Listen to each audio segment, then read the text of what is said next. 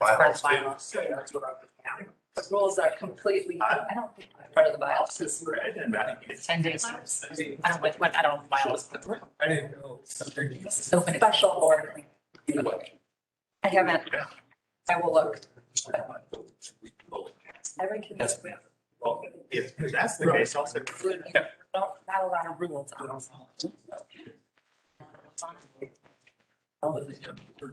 Slide up here beside you. without some of your board members.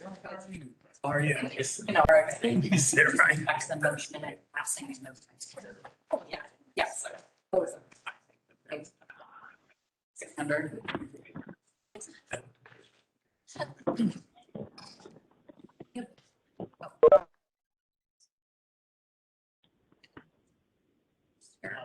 Yeah. All is well. I'm good now. Just, I'm still kind of. You're still. Yeah, you're still. I have to Still go back to blowing. work. You're still blowing. How many days it take to cut out of that? It's been dry. I guess you. Yeah, I didn't know. Although I was confused about your $100 check, Carl, if you can change it, you don't. You're not voting. Take, but you did. Okay, that's what. That's good. It's just- I certainly can't change it. But now I have to go to work. I think. That was a drive. No, I think Friday's the next chance. Kind of. That was your good, very good chance to go in and over. Yeah, I mean, that's good. Yeah, man, Bill. All right, everyone, good evening. It's 6:31, and as acting chair, I call this meeting to order. Welcome to all the guests and members to the special board meeting. We have many members in attendance, both at the Decatur County REMC, several virtually. I have a couple of introductions. I would like to introduce Erin Borisov, Parr Ritchie Legal Firm. She is here as legal counsel. Welcome.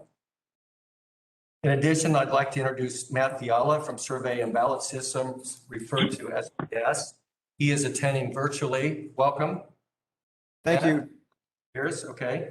Since 2018, the Decatur County RMC Board has utilized SBS to ensure a fair and secure election. We're meeting this evening to have discussion regarding the recent election. On June 16th, the Credential and Election Committee was sent an email. I'm going to go ahead and read that to the Credentials and Election Committee: Steve Amrine, Jason Barnhorst, Jeff Lawrence, Suzanne Palmer, Carl Riedemann. We are contesting the election results for Director and Directors 5 and 6 of the Decatur County REMC. The results of these two districts were very close and need to be examined in detail to verify the results and protect the integrity of the voting/election process. We ask that all ballots, both physical and electronic, of the 2021 Decatur County RMC election be sent from Survey and Ballot Systems, SBS, to Wickens & Wickens LLC in a sealed packet. This includes any ballots received and not counted or disqualified for any reason. The current nominating committee, 2020 through 2021, will open the sealed packet and count all ballots in the attorney's office under his supervision. We ask that SBS continue to collect all ballots that they receive for the Decatur County REMC election after voting closed on June 9th for a period of 30 days, which takes it through July 9th of 2021. After that 30-day time period, SBS will send all unopened ballots to Wickens & Wickens LLC to be evaluated by the 2020-2021 nominating committee. A delay in delivery by the U.S. Postal Service should not disqualify a member/owner's vote. A full transparency of the 2021 Decatur County RMC election is needed to restore confidence in the voting/election process and in the RMC as well. Please review all communication, emails, phone calls, etc., between SBS and Decatur County RMC staff, as well as the signed contract between these two parties to verify an honest and secret ballot. If there are inconsistencies or issues discovered in the election/voting process, please rectify them in accordance with the bylaws and in the best interest of all member owners. Based on the information found, please make recommendations to the full board of directors for future elections to assure all Decatur County RMC member owners' votes are counted and verified in the most secure economic way possible. Respectfully submitted, Jay Hatton, David Holcamp, Marvin Narwhal, Kenny Peters, and Gordon Smiley. The committee met on July 7th. In section 3.0A of the bylaws, it states, if the election committee cannot reach a decision, then the full board of directors, plus any directors whose position would be affected by the decision, shall make the decision. That's why we're meeting tonight. So our next step is to go ahead and approve the agenda. I need a motion for the agenda. I'd like to make a motion to approve the agenda with the following addition. Perhaps you want to make it 6 feet. There should be a place for us to have discussion and take action tonight to resolve this. I need a second.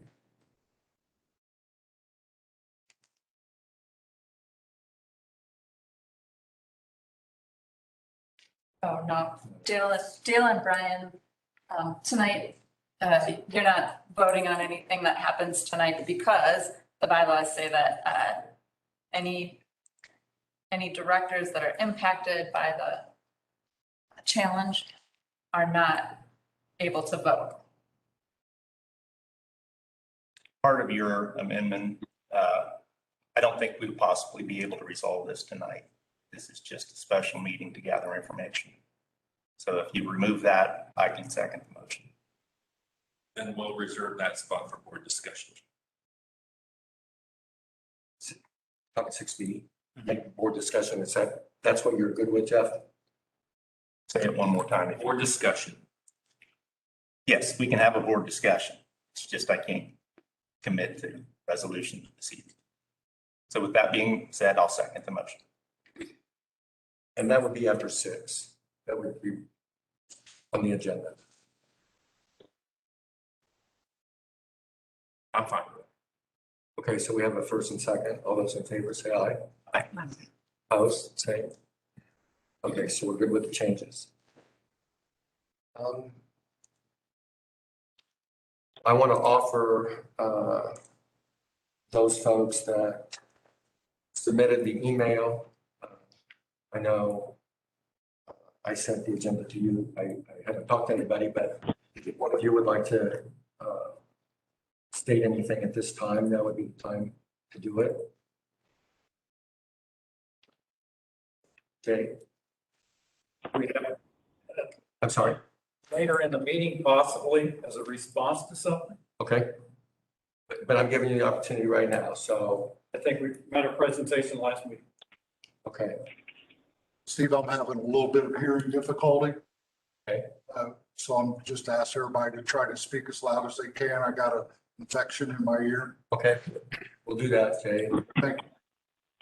So the next item on the agenda was an SBS presentation. And so Matt, if you could tell us maybe just a little bit about SBS and maybe information presented to the nomination committee at the time of the election results.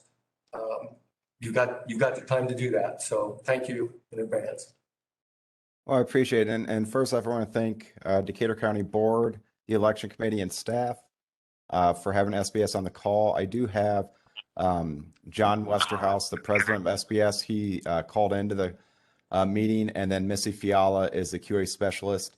And so what I'll do is basically during the election committee meeting for the results, we basically went through the results, which I can pull that up and share on my screen. And then we can sort of go through that with all of you. And then after that, if you have any questions, please let us know. John, did you have anything that you wanted to add before I do that? No, thank you, Matt, appreciate the opportunity to just be here and be part of this. Thank you. So what I will do, and please let me know if you don't see my screen or if I need to make it larger.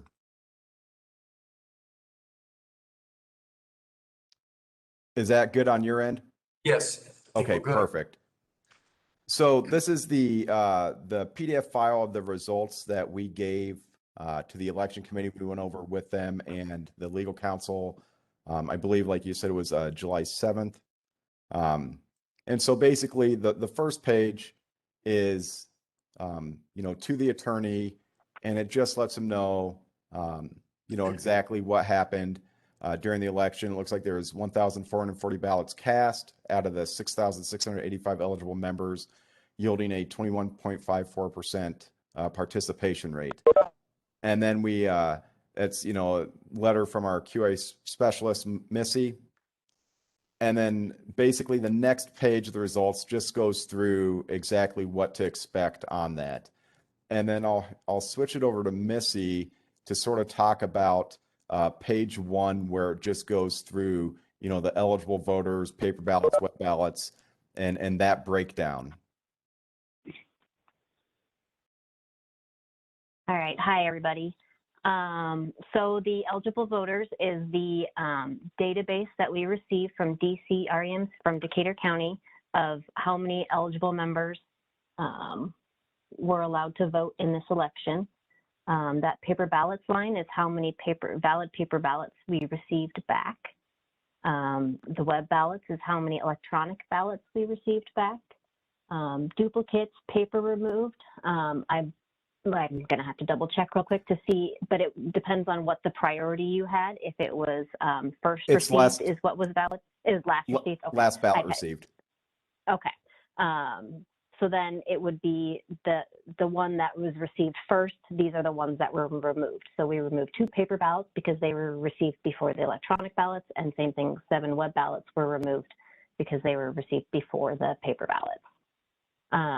And then, so the final paper ballots is subtracting those duplicates, removing those from the counts. So then you had 1,036 final paper, 404 final web, for a total return of 1,440. And then the percent return is calculated off of the eligible voters count.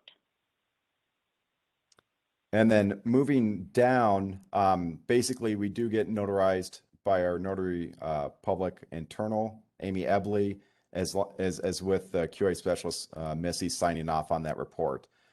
And then below, I think the 2 ones that were in question was Director Candidate District 5 and Director Candidate District 6, if I recall from the opening. And basically, I'll just have Missy just do a brief overview of what, like, valid ballots, unexercised, and then total ballots, how that comes to fruition.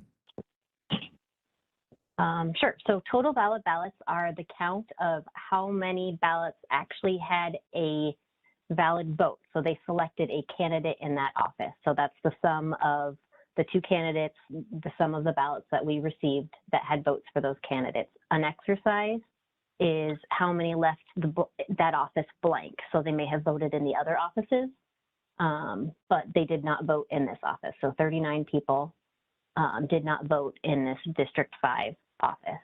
Invalid would be only on paper ballots, meaning that they actually selected both boxes on the paper ballot. So there were 0 that did that. And so then that total ballots cast is the 1,440 that we saw for the total count on the previous page as well. And then the same thing for District 6, except for there was 53 unexercised in that office. So 53 voters did not vote in that office. And then basically then what you see at the top is the decision, because it's plurality, most votes wins. And that's where you get the percentage. And then Missy, would you mind just maybe telling them about, what a recount threshold would be internally to meet the SBS requirements? Sure. So each year we calculate an internal error rate for our scanners capabilities and just that scanning process, because that's kind of where the errors can occur. On the electronic side, they don't occur because it's either they submitted it or they didn't submit it. So it's kind of like the values are there or they're not there. On the paper side, though, with the scanning, sometimes the box might be scanned. They might have just missed the box when they checked it. They might have used a light pencil mark versus a dark pen mark. So we go through and we audit our elections. We see calculate the error rate, and then we use that error rate for the next year for that value. So our current error rate is like 99.99% accurate. So it's about 1 in 9,000 bubbles approximately. I think Matt gave you the exact value in an earlier conversation, but it's approximately 1. So the vote count difference would have to be 1 vote count different in 9,000 valid ballots for us to do an internal recount. And that's just when we would so if those votes were within 1, we would automatically do a recount before we even gave you results just to validate them, to make sure that all the votes were captured correctly. And then Missy, just looking at these results and what I did let the election committee know during that meeting is that, yes, in your eyes, you know, the 701 to 686, a 15 vote margin, and then it looks like a 39 vote margin in the District 5. To you, that may seem, you know, fairly close, but in our world, you know, it's not close because it's not close to do the recount with what our internal specifications mean. You know, is there anything else you might want to add to that? Not necessarily. I mean, you pretty much covered it right there, that to me, obviously, I look at election results every day, and this is not what I'd consider a close race, unless you had obviously several, you know, 10,000 of more returns. So to me, it's not a close race. So that's why we didn't do internally do an automatic recount for this election. And since we're sort of just talking about District 5 and District 6, Brett, I don't know if you want me to go through the other results right now or just handle it with these two, since that was what the ones that were questioned by the election committee in the previous statement. Fine. We're fine with what you shared thus far. Okay, perfect. So then what I'll do is I'll just stop sharing for the time being. And then while we have, I know Missy and John, since it is outside our business hours, I know they have families and things to do. And this is very important, but I want to be very respectful of everyone's time involved tonight. Are there any questions, you know, regarding what we just went over from the board, that they want to direct any questions to myself, Missy, or John? And Matt, could I also add, if there's just larger SBS questions? Yep. I think it was an open kind of tell us about SBS, and I'm delighted to tell you about SBS if you have some questions. We have a couple questions then, Matt. My first one's going to be on section 3.05 voting. The way I read the bylaws, a member submitting an early vote may not revoke the early ballot, but should be first counts.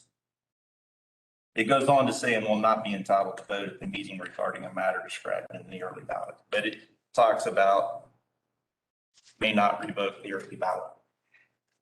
So it should be first ballot, not last.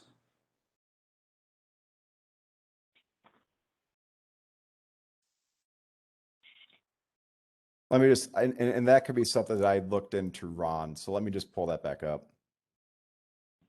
And again, I don't expect a response tonight. I just, as we go forward, I think these are things that need to be defined. Mine.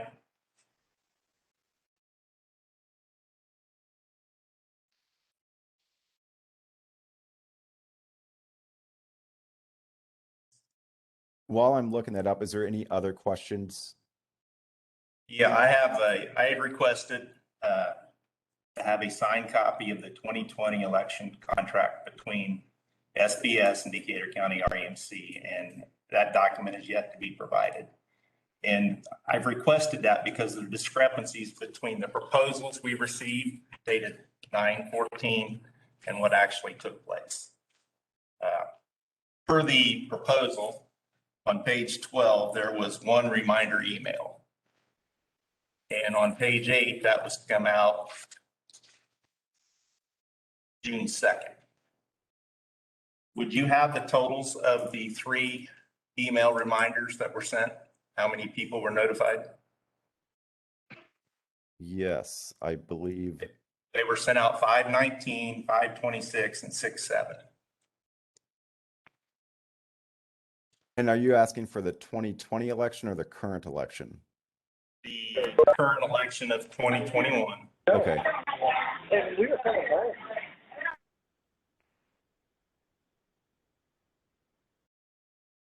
Yeah, let me get that pulled up as well. And then since I don't know who's asking the questions, could you just sort of just let me know who's asking the questions? Jeff Lawrence. Okay. Director, he's a director. Okay. And then I'm just pulling up from our, and I can share that as well. I just got to get it pulled up here.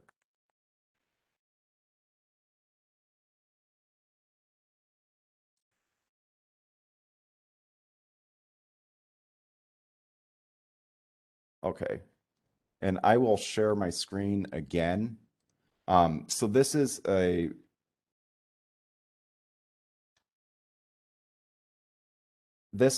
document that Decatur County gets during the election. Let me just blow it up just a little bit more. No, what I'm actually asking for was how many notifications were sent out on each of those 3 days.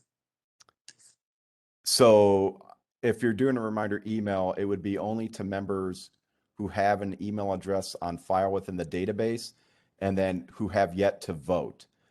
So I don't know off the top of my head how many of those emails we sent out, but we would have sent out, depending on what's contracted, that's what we would have sent out. And then I know we do credit incentives throughout the process. So it looks like we sent a reminder 1, 2, and 3 reminder emails during the election. So was that part of the contract? Let me pull the contract up and I'll stop sharing. So part of the contract, and sorry, I did not know that you wanted me to have that up. Otherwise I would have had it up. So within the contract, what we had was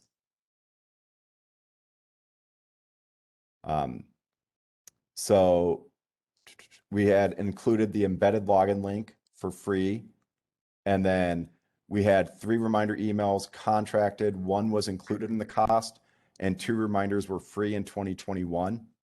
So you had a total of 3, but you paid for 1.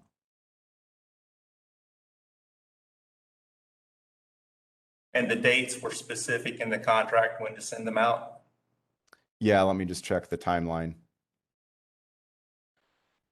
They would have to be, so usually it's something that we do on the election requirement checklist. And so that's something that's submitted in advance of the election. And if they're not filled in there, then it's usually, then that would be part of the sales process, my process of working with my contact on when we should send those out.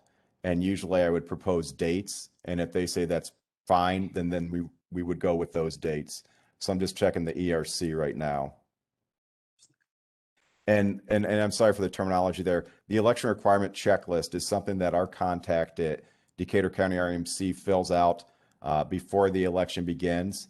And so that's what we go off of. However, just because it's on the election requirement checklist does not mean that that's what we're going to officially do for reminder emails, because what happens during projects is maybe they want to decide they want to change when a reminder email is going to be sent, and they work with either the salesperson or the person that's doing the project management side of it. So what I am showing right now is in the ERC, what was filled in was a reminder email on 5/19, a reminder email on 5/26, and a reminder email on 6/7. Who was the contact? That would be Rachel Sullivan.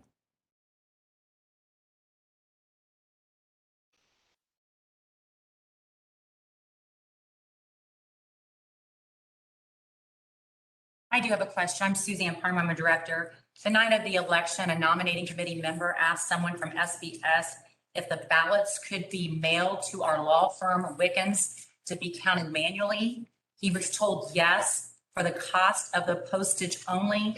And then Monday, he was told no.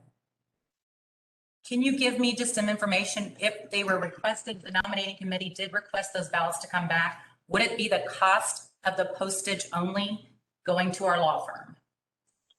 And or why that was denied later? Yeah. So good, very good question. So yes, on the meeting, I did say we could send those. However, just because the election committee wants something, I still have to get approval from Decatur County because they're the ones that signed the contract. We don't just give information away to, so I have to follow up with my contact if that's something that they'd like to do. They directed not to, which is understandable if they don't want us to. But And who directed not to do that after the nominating committee requested that? that would be my contact, but I'm sure she had talked to other people as well regarding that. But like I said, just because the election committee wants us to do something does not mean SBS will have to do that just because, you're not part of the contract negotiations. That's between SBS and the co-op. And I understand you're part of the co-op as the election committee, but it's two different things if the contract side and then what we're presenting to you as well. But if we do send the process ballots back, it would only be for postage because we just box them up and send them to whoever you'd want us to send them to, as long as it's approved, by the board. The board could approve by the nominating's request to send the ballots back to our law firm for postage only. I just want to clarify that that is correct. That just for the postage, if the board decide they want to do that, for us to send the process ballots back, yes, it would be postage to send them down. Okay, thank you. Another discrepancy on the proposal, on page 3, it lists there was 4 seats, 2 nominating and 2 district directors. I believe there were 4 nominating members and 3 directors that were actually on the election. Is that correct? For the contract, that's what we have in there. But like I said, when the contract gets signed, just because it's in there doesn't mean that the seats or extra offices or less candidates, will occur, because it can happen. But So wouldn't just, you change that on your contract and line it out and write in what would be covered? you want me to do that for the current contract that was signed? No, well, I'm just going the proposal versus the actual contract. That would be a change. That would be a change. However, like I said, if the contract is signed and things change, which it does happen with multiple elections that we run, we're not going to go back and amend every, line item. But if that's something that you would like us to do in the future, we definitely can. No, that should have been the number of candidates in the original contract because nothing changed. Okay. I thought you said you didn't have the contract, the signed contract. I don't have, I have the, So how do you know it's different than the proposal? the proposal has 4 seats. But you don't have the signed contract. I do not. So then how do you know it doesn't match or was changed already? Well, but that's what I asked for. But you don't Back have in. it. Correct. I do not have Okay, that. so you're assuming that it's not been changed. I'm assuming I never received a signed contract. Hi, this is Jason Barnhorst, I'm a director. Walk us through your recount process. I know that you have protocols in place and you run audits to determine what those thresholds are going to be. Are those strictly for SBS? Are those industry standards? And then what would happen if we would say SBS recount these ballots? Yeah, that's a really good question. So the first part I'll leave to Missy to answer, and then I can talk about the second part of that question. So as far as industry standards, I'm sorry, excuse me. I am not aware that there is an industry standard for audits and the error threshold and error rates. We use what has been recommended to us, and we've probably used it for 15 years, John. It's before my time. But we have come to the conclusion of what sample size we need to use and how many audits we need to have performed. And we do it on every election that has a paper component. So that way we know the accuracy of our machines, our ballots that we print, and just how our system is going to work. So that's how our error rate is calculated. And then Does that answer your question? Oh, sorry. Yeah, Go ahead. Yeah, and then for that second part of the question, how would that look like?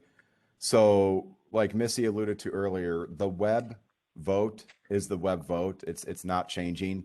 It's a value that they select which candidate they want. And on the back end, that's what it is. Now for the paper ballot, for those two elections, if you wanted SBS to do a recount, what we would do is we would pull out all the process ballots. And then there'd be one person for that District 5 and District 6. We would pull up that ballot on the image scan that was scanned during the process. And the person would say, you know, candidate A was in this office for District 5. They would look, is that correct? If it's yes, okay, we move on to the next district. This is the candidate they chose. Is that correct? Yes. So then we know that that ballot, you know, doing the recount this way has been solidified as the exact same as what the system caught. And so that's what we would do with all those paper ballots, if that makes sense. So it's not just to rescan the documents. Well, we're not going to rescan because it's only those two offices in question. So when you rescan, then it's going to pick up all the information, and we don't need all the information. We just need those two offices. So if the board decided that we wanted to do a recount, we wanted to hire SBS to do so, what would that cost? Yeah, that's a really good question. So it depends on a couple of factors. And I believe I had talked to your attorney about this about a month ago. So when we do recounts, it's do you want SBS to do it in Minnesota, or do you want someone on site to do that tabulation, you know, overseen by the election committee and board to watch that process?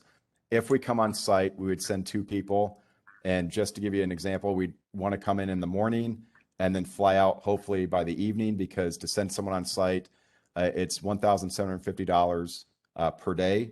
So if you're looking at two, that's a base fee right there of $3,500.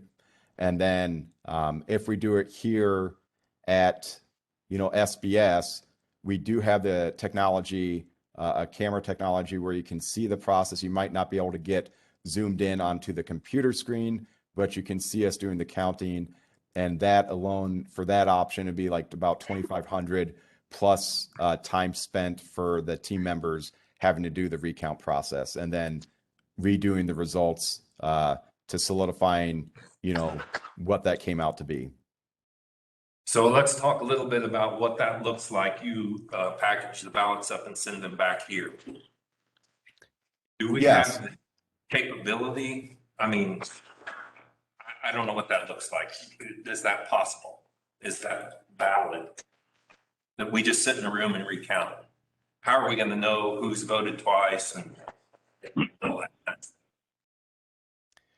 Yeah, that's a really good question, because on part of the ballot itself, we create a sequence number that we can tie back to a member that's unique to that member. So we're, you know, to keep Decatur County an arm's length from the process, if we provide the match to that sequence number, member ID, which we would highly recommend not to, then you know which member, who that member is and how they voted on that ballot. So, you know, the only option, you know, I would say is if you want a recount done, to still keep you an arm's length away, is to have SBS do it. Now, if that's down in, you know, in your neck of the woods or in Minnesota, that's really up to the board if they want to move that way or go that route.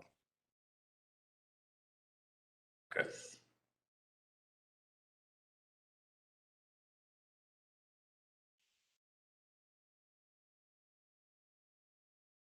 Other questions? On the, Clay, or anyone on the board here, how many, I'm curious, how many ballots showed up after the election was closed? Yeah, that's a really good question. So I do have that information. And let me just get that pulled up. So what we had shown was total late ballots received were a total of 35.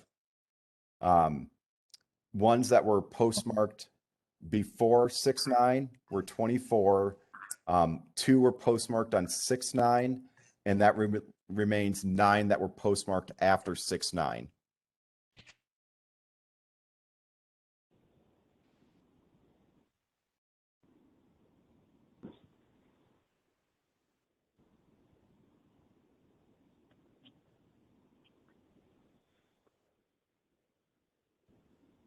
And Missy, and maybe you can speak to this. That's probably about what we normally get for projects, correct? Or Yeah, I'd say that's probably pretty close to average. I mean, it depends on the size, obviously, of the membership too, but correct. that sounds pretty close.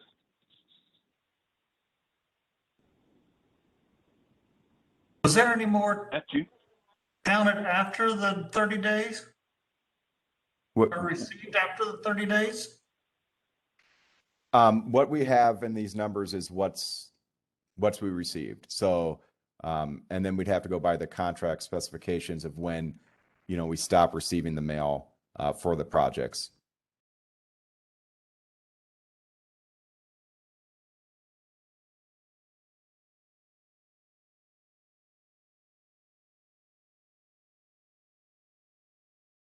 I have a question. Lawrence Young, a member. How many co-ops and what kind of business do you do this for? You strictly co-ops, you do it for other organizations, or you just strictly do this for co-ops? That's a really, really good question, and I'm glad you asked that. So, just a little brief background about SBS. We've been doing election management since 1990. So we've been doing it for over 3 decades. We currently work with over 200 electric co-ops across the country, including, I believe, 17 or 18 in Indiana. And then we also work with unions, farm credits, federal home loan banks, associations to run their board of director elections. And sometimes it can be bylaw votes, merger votes, articles of incorporation change votes. So, this is what we do for a living. And like I said, we work with a lot of Indiana co-ops as well. Again, this is Lawrence Young. What is your percentage of accuracy? You may have stated that already, but I'm sure there's some kind of percentage of accuracy that you've been audited by that is correct, or your correction, your accuracy. Yep. Yeah, and it's 99.99% accurate. And that's to an audit? Yep. Yeah, Missy had alluded to that earlier. Basically, based on, I think it's around 9,000 bubbles. When the scanning goes through from internal audits, the accuracy is 99.99%. Okay, thank you for the repeat. Yep.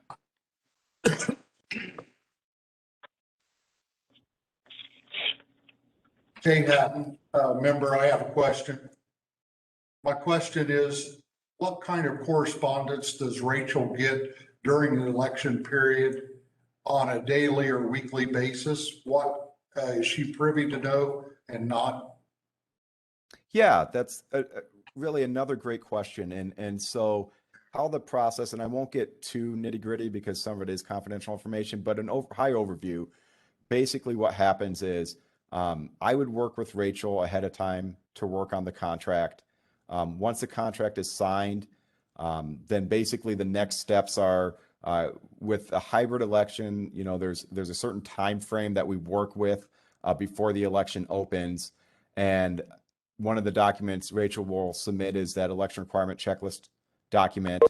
And then basically we will have an internal handoff between our teams at SBS. And then once the handoff occurs, we introduce a project manager to Rachel, and then they work on the development side of the project, paper pieces, web pieces. And then during the election, once that election opens, there's really not much correspondence from Rachel. It's really us doing our job, getting the ballots mailed out, sending out that broadcast email when the election opens. And then during the election, we do give what's called that daily participation rate.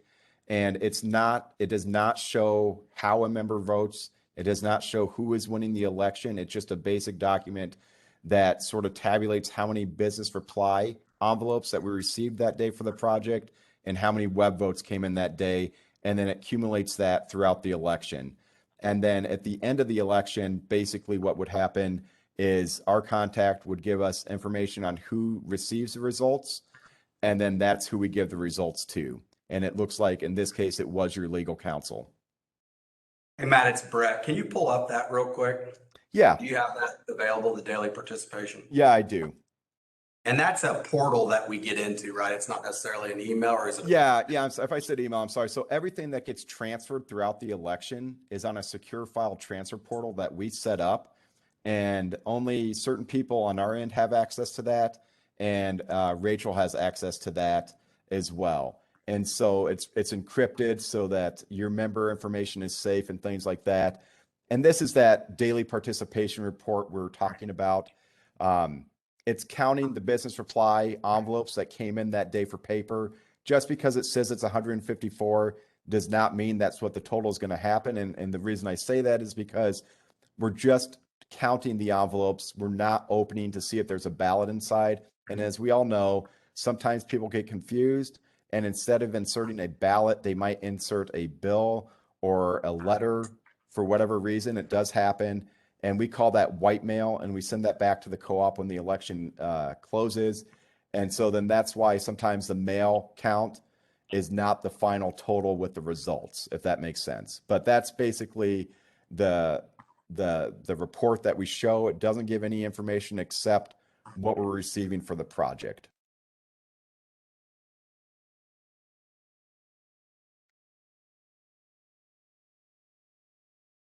Larry Muckerhide, a member, is that part of the duplicate voting, or is that duplicate voting attempt at fraudulent voting, or how does that happen?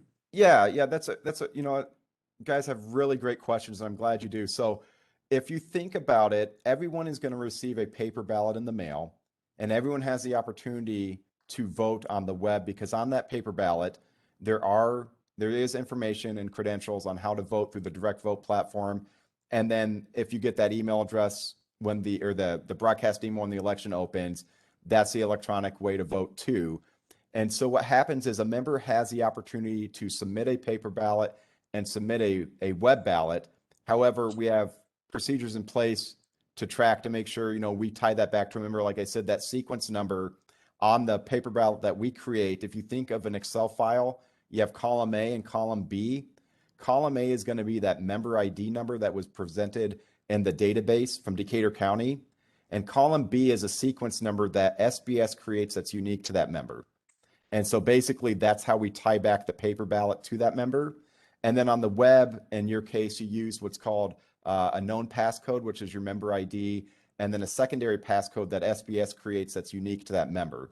And so that's how on a web vote we would know, because they use the member ID, and on the paper we correlate that back to the member ID. That's how we know internally if they submitted a paper and a web ballot. And then basically then we go off that election requirement checklist that was filled out ahead of time on how they would like SBS to basically, if that happens, what is SBS directed to do? This is Pretty good chance the recount would not ever change anything. The numbers would not change. Is that a question or a statement? Guess both. Okay. All right. Maybe, John, are you still on the line? Maybe you can talk about that. I'm still in line, but I'm having a hard time hearing some of the conversation. So could that be repeated, please? Yeah, John, he was asking, if there's a recount, how likely is it really that the final report that we gave, that those numbers would change? Well, something I heard earlier, that if it was understood, if it was not properly understood about which ballot counts as a first or a second. My understanding it was the second here versus the first in, and that might not be proper. If that was a misreading or understanding of the bylaws, there's an influencer right there. But as far as the when recounts happen, have we had a change of a response bubble? Yes, over 30 some years, but it is extremely rare. What oftentimes it comes down to is when someone does mark their response, this is on paper only, that how they mark it is sometimes they do a great job and it's filled in perfectly, and sometimes they do a little swoosh. And when we look at that on our screen, we're making a determination and said, yep, here's the legitimate mark. There could be someone that has a different standard that would say no bad marks are counted whatsoever. However, we've done this for so long, we've got a pretty good protocol. We have a great protocol actually of what's legitimacy in marks. So I would be a fool to say, oh, could there be a change of 1 or 2 bubbles? That could happen. Yes, it could.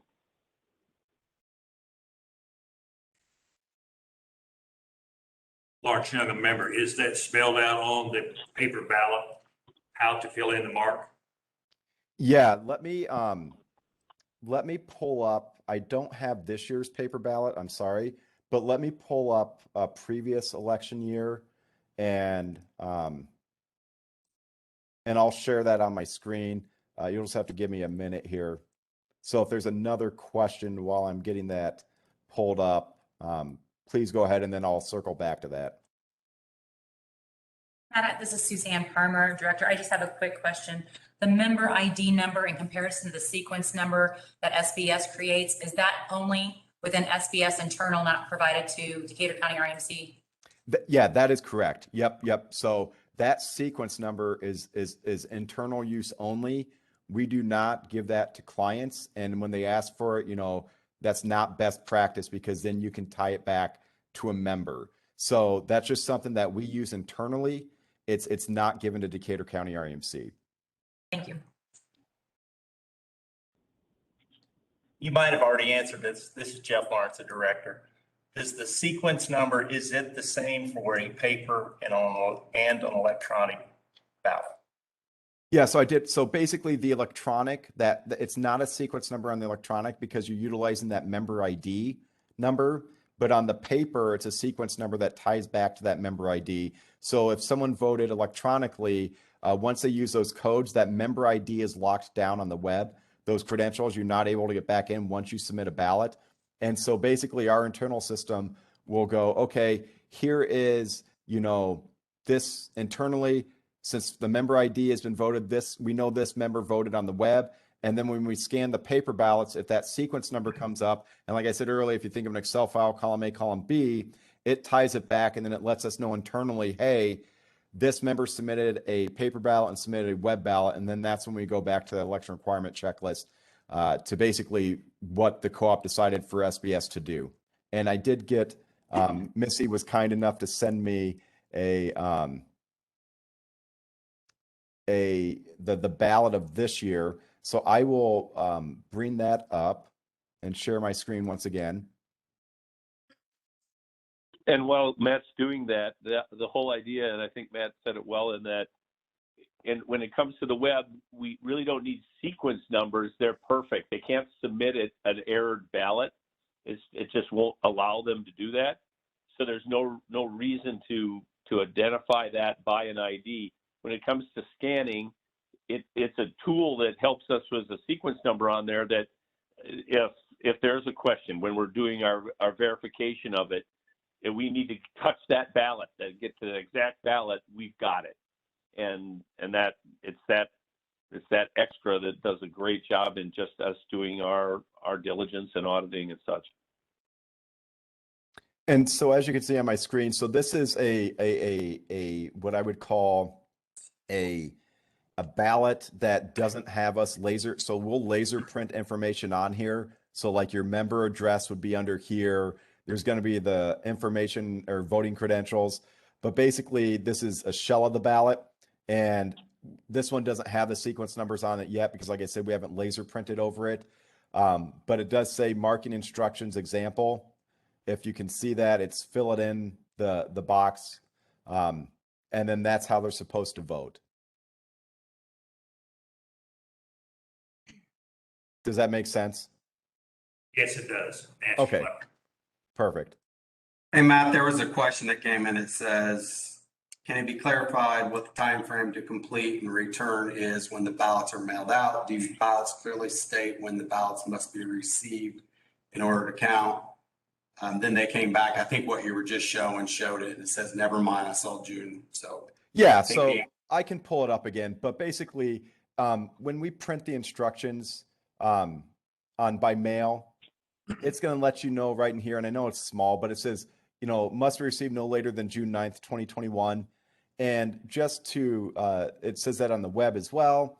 And then down at the bottom here, it does say ballot must be received by June 9th, 2021 to be counted. Ballots tabulated by survey and ballot systems. So it does clearly mark on there, when it needs to be back. And it does say here to, please allow sufficient time for delivery. So the member does know, it's got to get back to us. And it does say that we're, Eden Prairie, Minnesota. So it does give them enough information to know that, when the ballot needs to get back. So if somebody puts a check mark in a box instead of filling it out, does it still count? So that's another really good question. So what would happen is if someone put a check mark in there and the system flags it because it's not properly marked, it'll still pick it up. But what happens is when our internal audit, so when the person is at the computer screen looking at that, they're going to go by voter intent. And if I, let's just say for Brian Scheidler's office and Andy Schwering, I have a check mark in Brian Scheidler's office, but nothing in Andy Schwering's box.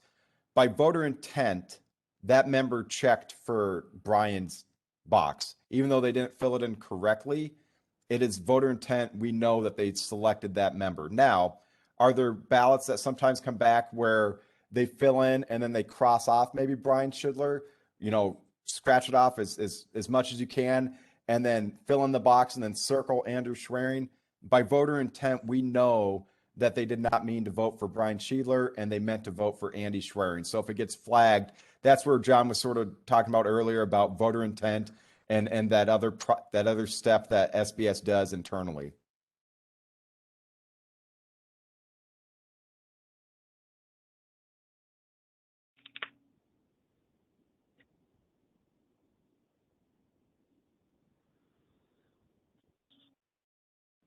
Pat Gordon Smiley, when are the votes actually counted? Yeah, that's another good question. So since there are reminder emails within your project, so everything that we do internally gets tracked and audited. And so whenever a paper ballot gets dropped off from the post office, they ship them over to us. We get them and basically we'll have them separated by projects. We send them through that scanner to count how many came in that day. We batch them. With most projects, we'll wait till we get enough ballots that makes sense to process to keep the project on time. But with reminder emails in there, we'll do what's called a paper purge. So if you have a reminder email, let's just say today on the 28th, yesterday we would have any ballots that haven't been processed yet through the system, we would have processed them, because what we don't want to do is that member's already submitted a paper ballot. Let's say they have an email address on file. Now we know, hey, they voted. When we send out that reminder email the next day, they're not going to get that reminder to vote again because their paper ballot's been processed, if that makes sense. So it's really determined throughout the election, how much we're processing for that project. If they have reminder emails, how many we get back, if there's certain stipulations, when we can process.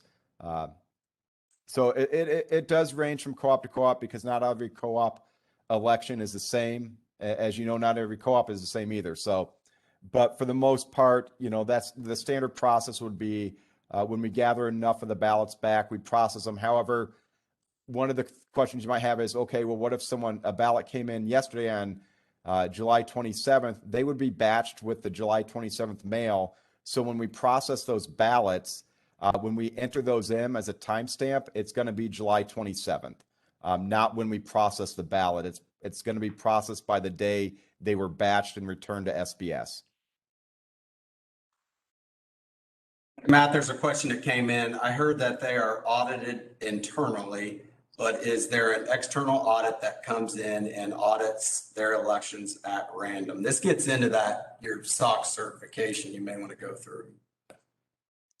Yeah, you know, John, I don't know how much we want to dive much into that. So maybe if you want to sort of take that question. Sure. So the SOX certification, did you guys get that document? Was that something that was requested and shared? No, it wasn't. Okay, so we're SOX certified, SOC 2, Type 2. So we go through stringent, very stringent certification processes to make sure we're doing everything perfectly from a security and a processing side.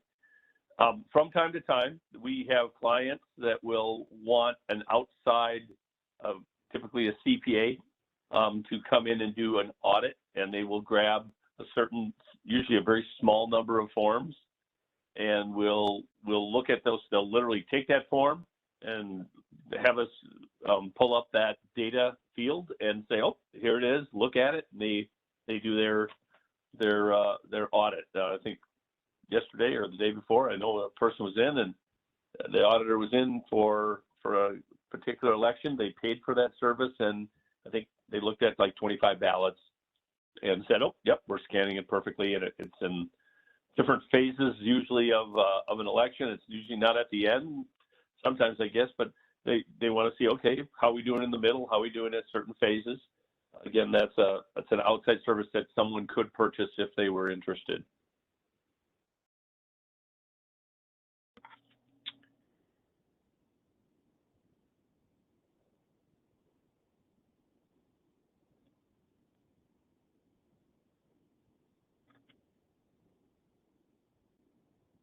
Do we have any additional questions, SBS, while they're still with us?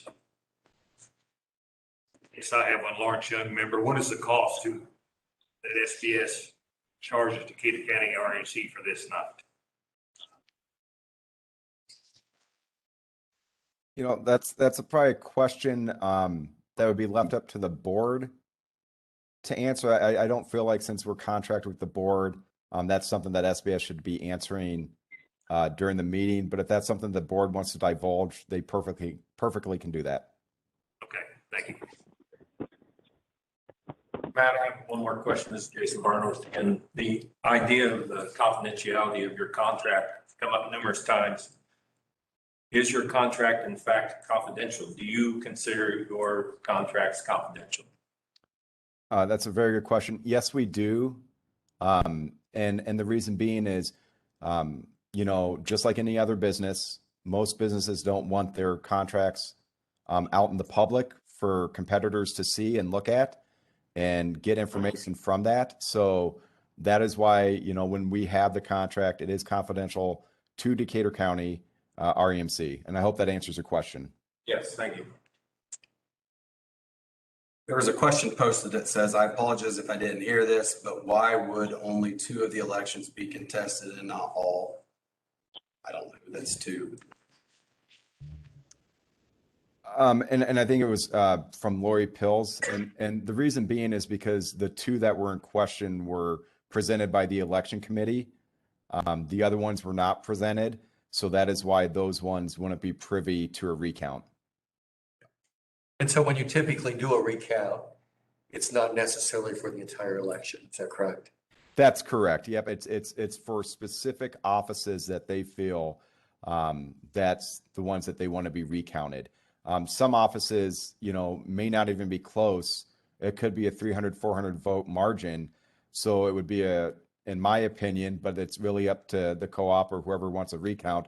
It really wouldn't be a smart business decision to recount a vote total that's not even close. But we can definitely do that as well, but there would be costs associated with it. How close were the counts? You know, that would be something that, you know, the attorney has that information. Since we're just talking about District 5 and District 6 elections that were brought up, like I said, earlier in the meeting, that's probably the only ones I will divulge on. I wish I could do more, but since those are the only ones in question, I'm not going to really talk about the other offices.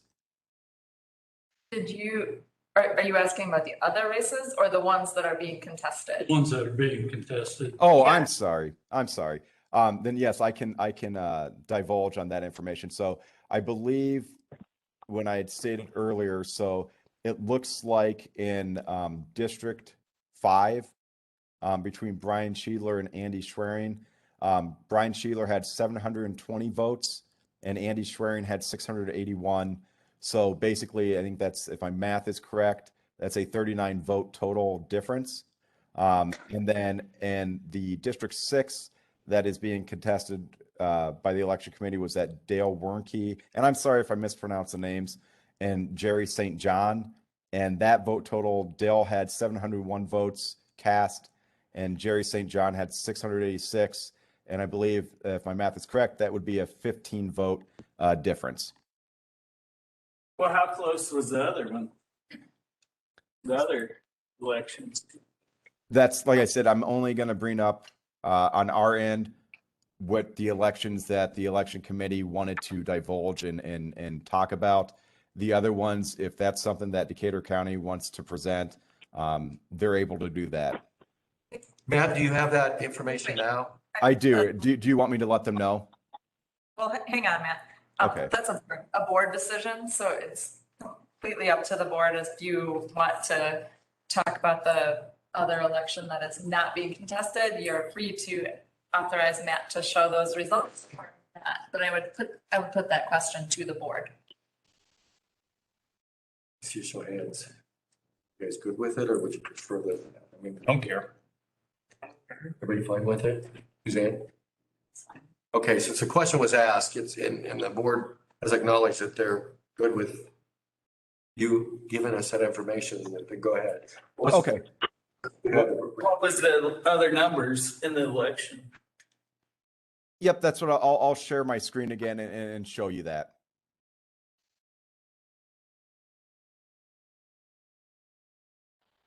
So, like I said, this is District 5, District 6. And then we had the director candidate in District 8. It was 801 votes for Clay. And then for Michael Brelich, 599 votes. And then for the nominating committee, we had 753 votes for Albert, 603 votes cast for Chris. District 6 nominating committee, we had 702 votes cast for Jared, 648 votes cast for Angela. And then I believe this is there's two more. And District 7 nominating committee, Joe received 727 votes. Tim received 616 votes. And then lastly, in nominating committee District 8, Joyce received 845 votes and Dan received 517 votes.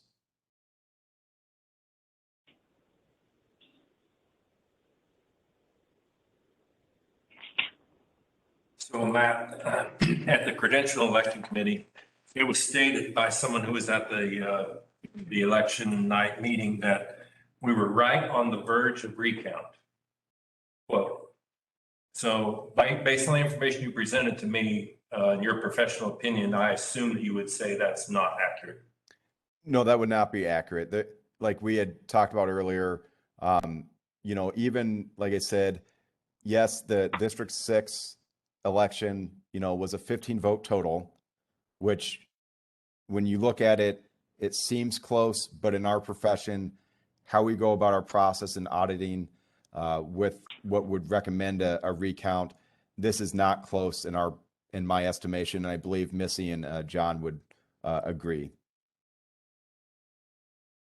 I do. And this is in fact your profession, and that's why we're paying you to execute this. Exactly. Like I said, we work with over 200 cooperatives across the country. They trust in SBS to do this. We would not be in business for over 3 decades if we didn't do a good job at running election management and providing, results or providing accurate results. And like I told the election committee, and it's not to be rude, SBS does not care who wins in your election. We care about giving accurate results, and that's what we do year in and year out.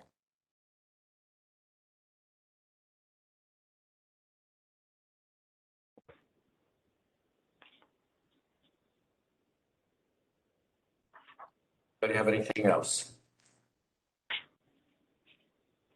I do want to make a, go ahead.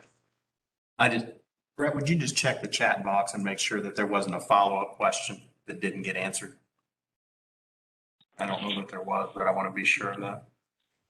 Can the members asking for the recount answer why these elections are being contested?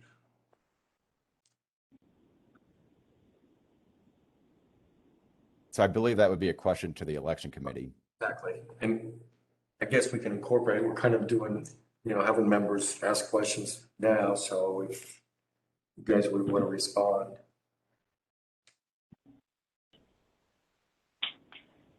I'll respond to that. I guess we've learned a huge amount of information tonight. I say thank you to SBS. We've learned more tonight than we've learned in a long time. And I guess it's asking the question is, we have found out, number one mistake, it appears possibly, is the fact that the votes were counted wrong on the ones that where two people voted, whether it's the first vote or the second one counts. And we also learned how many votes come in after the fact, which I think is important going forward. So that's part of the reason here to make this process even better for all the members. That's why we asked the question.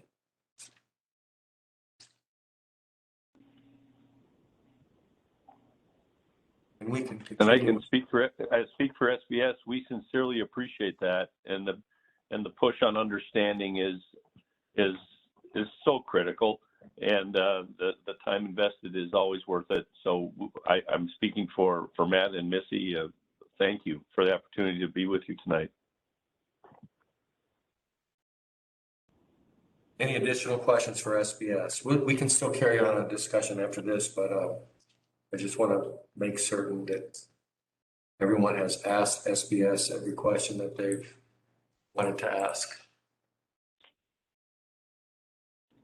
And I was starting to say a moment ago, maybe there needs to be some clarification. I think the nominating committee requested the ballots to be sent from SBS to the law office, maybe the night of the election. As acting chairman, I stopped that. And then it was the day after is when we got the response that the group were contesting the race. So it was me that would have stopped, supposed to be sent down to the Wiccans and Wiccans. But shouldn't that have been the election and credential committee decision? I could argue that it should have been a board decision because does the nominating committee make those decisions? So I was hoping that we could discuss it from a board perspective after that, but then the CEC got involved and that's where we're The at. CEC did vote to not send them back.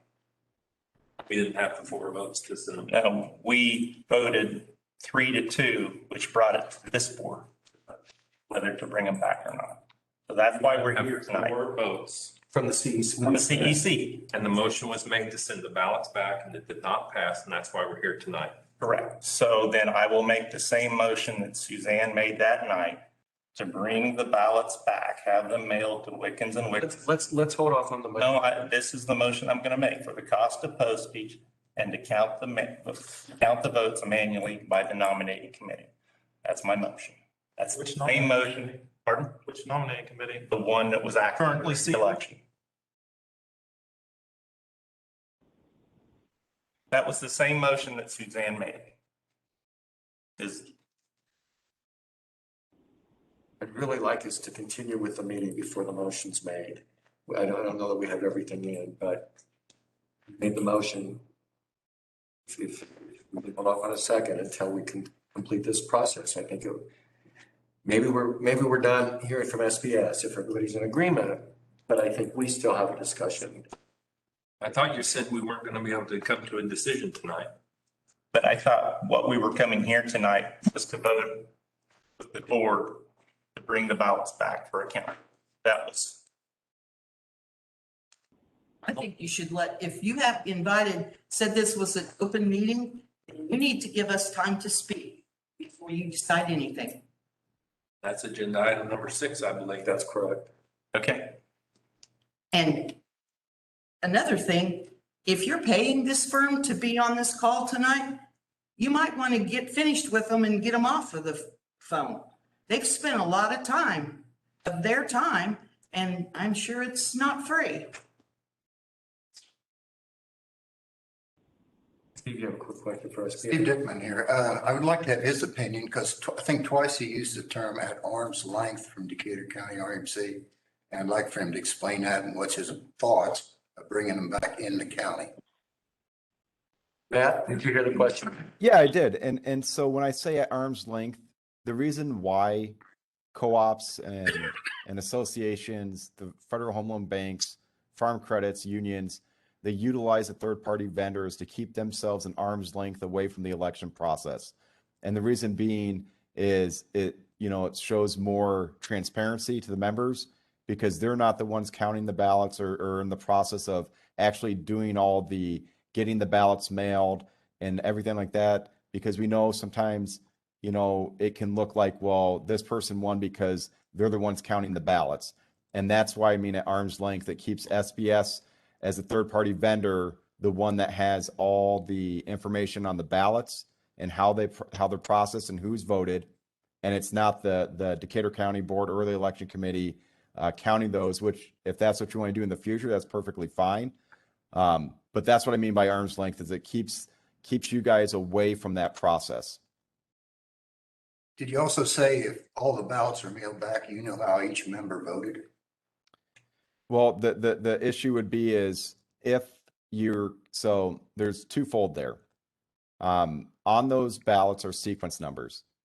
If we return the ballots, we have some of those which already were in the results that we had 2 paper duplicates removed.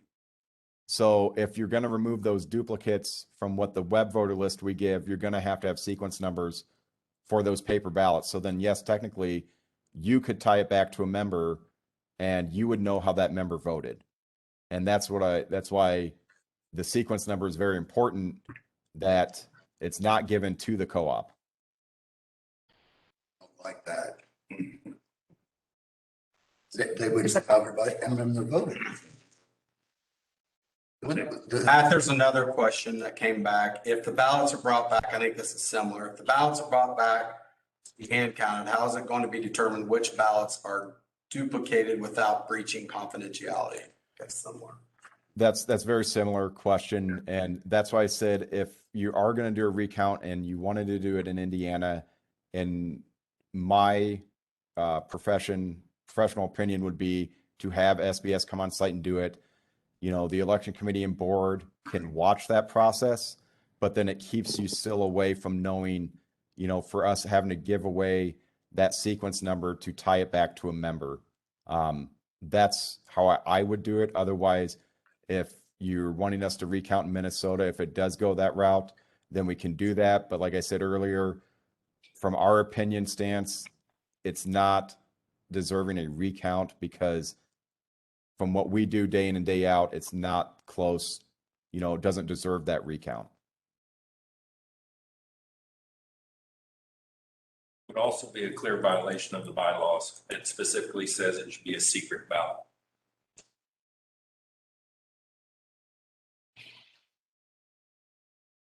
And that point is to be underlined that's a big deal for you to be able to, or someone there that knows how a member did count, how they voted and how then it was counted. Significant. So I don't know if this question's for anybody. I'm just going to read it. Can anyone determine what the accuracy rate is if these ballots are brought in and hand counted? 99.99% accurate is going to be hard to beat.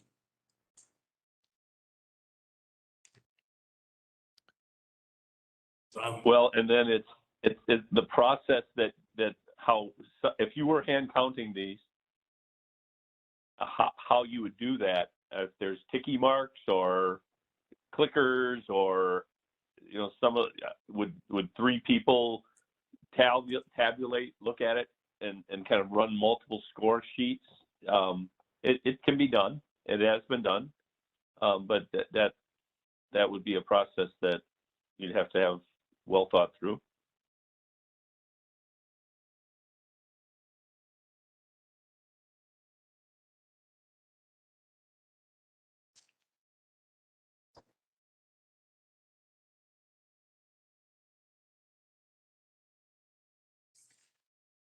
Is there a way to count the ballots that don't show who the sequence number belongs to?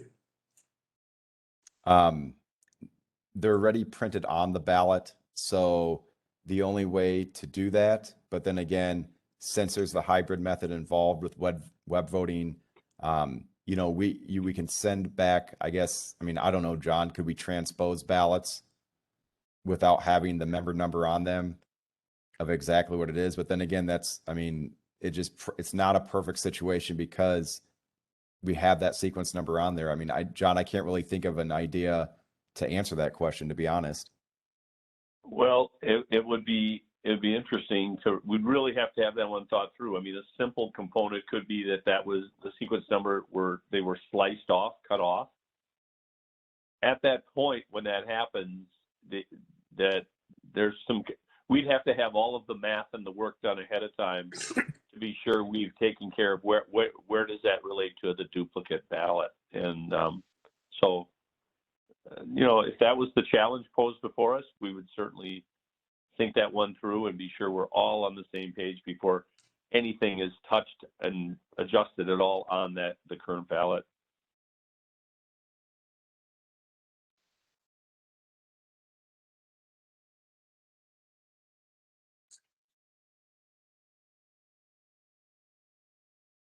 Is that sequence number anywhere, Matt? I don't have it before me. Is it away from the response areas? Or? I would have to get a process ballot to check, and I can definitely do that in the morning or even tonight. If you give me a minute, I can look it up. Okay. You start removing that sequence number, you start messing with your accuracy too again. Well, if the forms get dropped, we're in real trouble. You'd have me as a hanging Chad in no time, I swear. So Matt, the two locations, the two locations for the sequence numbers are above, if you want to pull up the ballot real quick, but it's above the District 5 Director Candidate office and above the Nominating Committee District 5 office. Okay, let me share my screen here and I'll show them. So what Missy was saying is, I believe, Missy, about right here would be a sequence number. Yep. Okay, so there's a sequence number up in this area. And then where'd you say the other one was?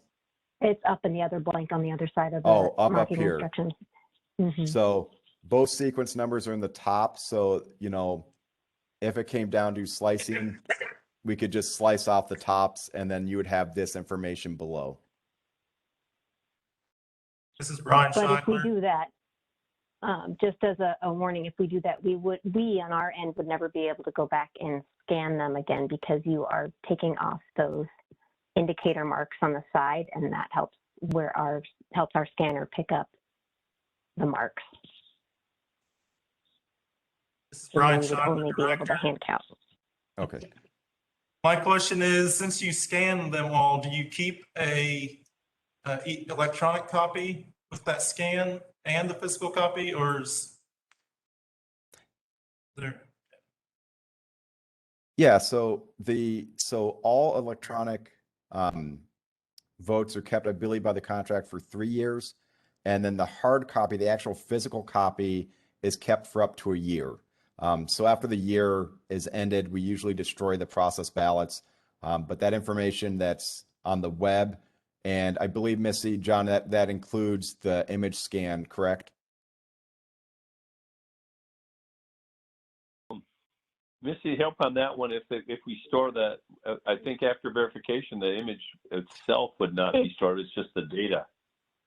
I am not sure either. I was feeling like that it is stored, but maybe it is, you're right, it might just be the data that's stored. I can't remember exactly. I know We we've should had get this that discussion answered. before.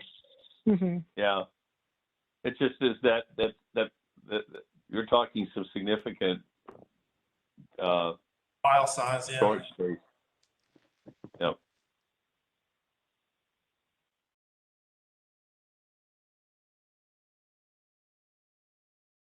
Question said, did I understand the motion is to have ballots sent back and recounted, including ballots that were received after the June 9th deadline date?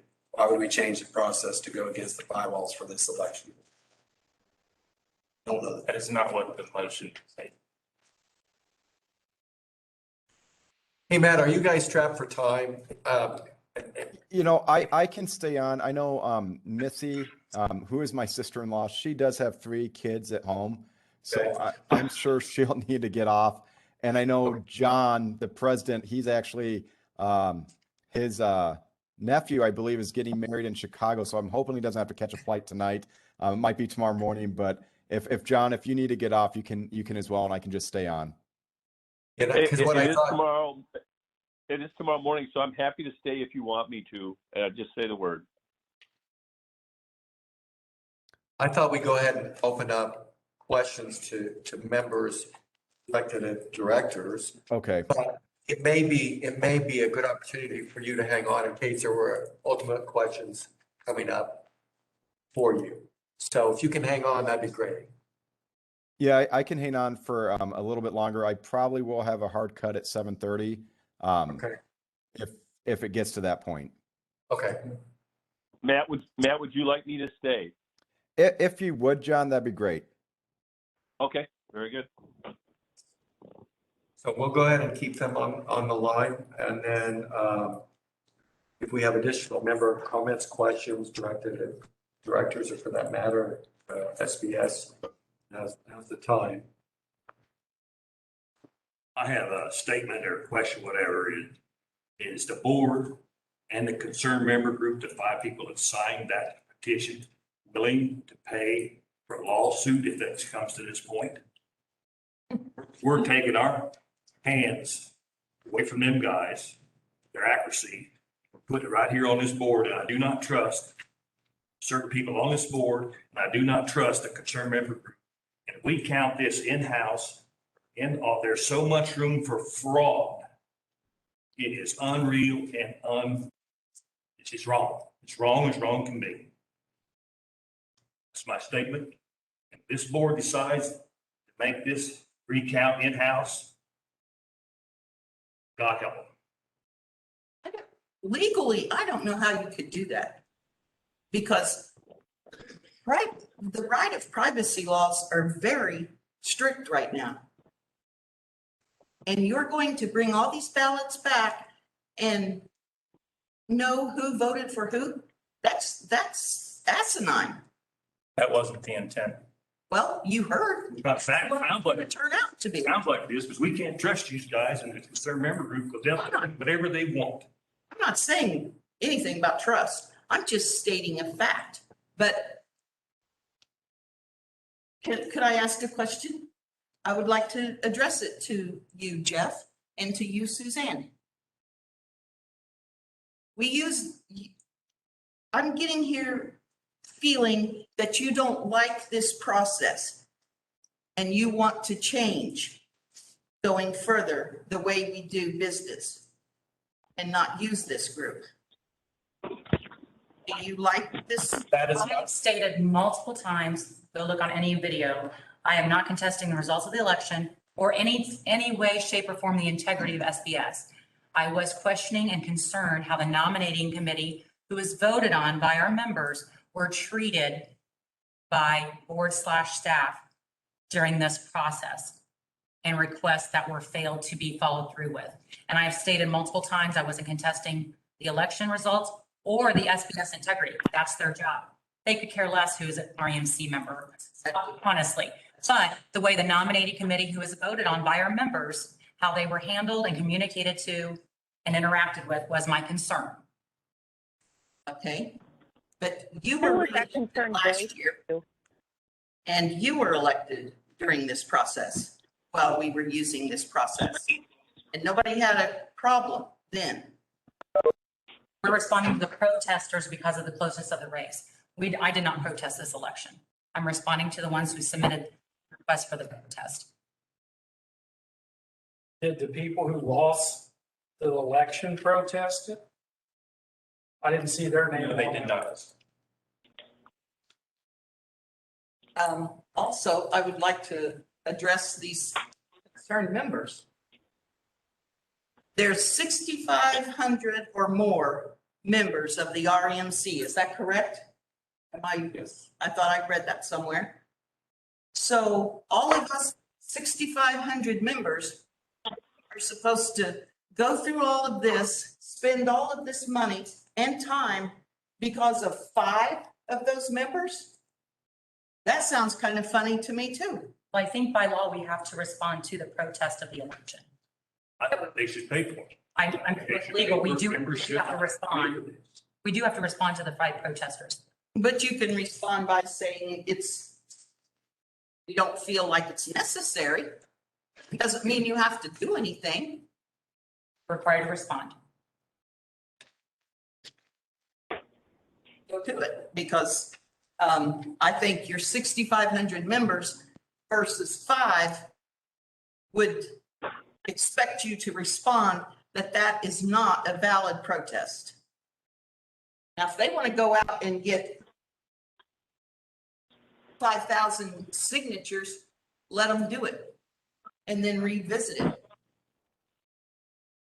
And also, if you're going to vote this evening, you've got one man sitting there that won the election and he's going to be allowed to vote. Is that right? Yes. But these 2 men have been on the board and they're not going to be allowed to vote. That doesn't sound right either. One of the previous concerns was we had credential election committee with 7 nominating committee members present, and they all wanted to count the ballots for the bylaws. The 8th wasn't present. And they're proposing to do that themselves with Wiccans present. Is that right? That's what they proposed since February, May I ask? to count the paper ballots. And that is something that I think a decision should have been made by the election and credential committee to allow the paper ballots to be counted locally. May I ask if Wiccans has ever done any work for any of those 5 people? I wouldn't know any of that. Well, you better check into it.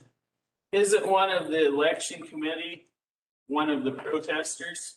Wouldn't that be a conflict of interest? Anybody? You have the 5 people. Right. I can respond to that. Any member can, so the bylaws set a process for contesting an election. There is not a lot of detail in there about what basis a member needs to have to contest an election. So pretty much, in theory, a member could contest an election on a lot of different bases. And it doesn't conflict out anybody in particular. In fact, the main circumstance where provisions like you have in your bylaws are used are when a candidate wants to contest the results of an election, which is why we have a process set out in the bylaws. So it does allow any member to contest the election, and that would include a nominating committee member or a director or a candidate. But the 2 directors that they're wanting to see if they want or not are not here. Andy Swearing and the St. John's not here, so they're not really worried about it then. Is that, I mean, if I was gonna win an election, I'd be here to try and win an election.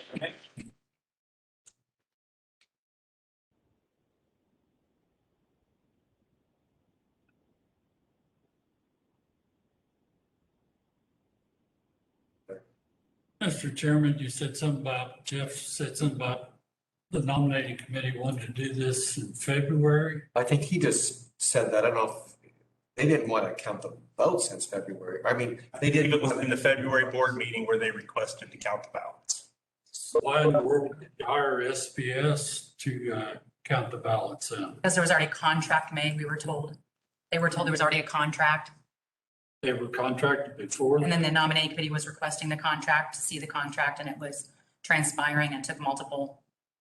But you certainly had time before. We've had time. To You are correct. cancel that contract. And the other question is, what'd you pay these guys to count the ballots? Can you disclose that or not?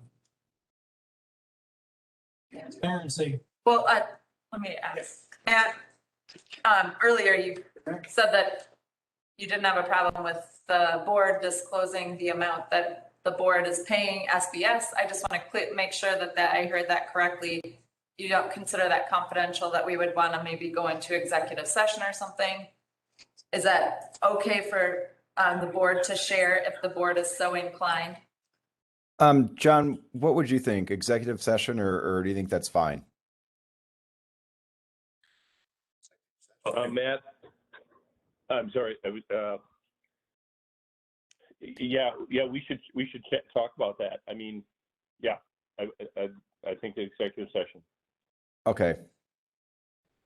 And So- gentlemen, are you okay if the members there's a number of members, I'm sure you can see, if the board is disclosing that information to the members tonight in this room, is that okay with you? Or do you want more protections on that? I would defer to John.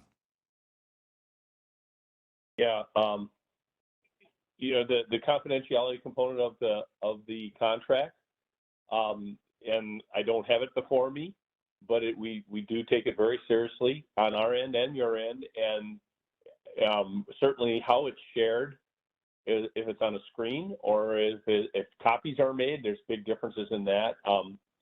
Yeah, I don't have the agreement right before me. I wish I did. I don't.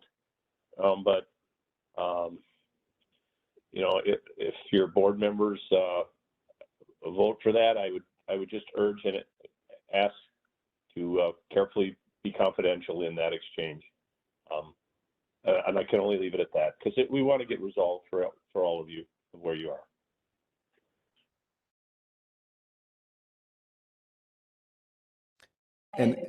And can I add something too? Part of when you look at the cost, it's I know when we're talking about tabulation, there's other intricacies of the contract too, that we do for Decatur County. So it's not just tabulation of the ballots. We're also printing and mailing those. So there is, other things. So I just want to make that clear ahead of time as well. Yeah, I think the answer is tonight is not an appropriate night to share that number because we don't have an ability to share it in a. I got a pretty good idea what it costs anyway, but for the rest of the members here, it's a pretty good number. Looks like the board is wanting just to throw that money away and count the ballots themselves, which they should have made that decision before they hired SBS. Because I used to sit on the board and we elected not to do it just for the cost of doing it. And we used to let the nominating committee count it and assuming the outcome wasn't going to be any different anyway. So now you spent the money and you're going to throw that money away, and it's roughly $4 a vote, and you're throwing that money away and going to do it yourself anyway. Plus you're adding additional money for what this costs tonight. Plus, and to put any integrity into it at all, you're going to need these guys to come back and oversee the accounting. And that's going to be additional. I mean, you're spending one hell of a lot of money, and more than likely the outcome isn't going to change anyway. You always talked about transparency. Now you have a professional group that does this for a living, that has no dog in the fight at all. Why do you want to change that? Because you want it your way?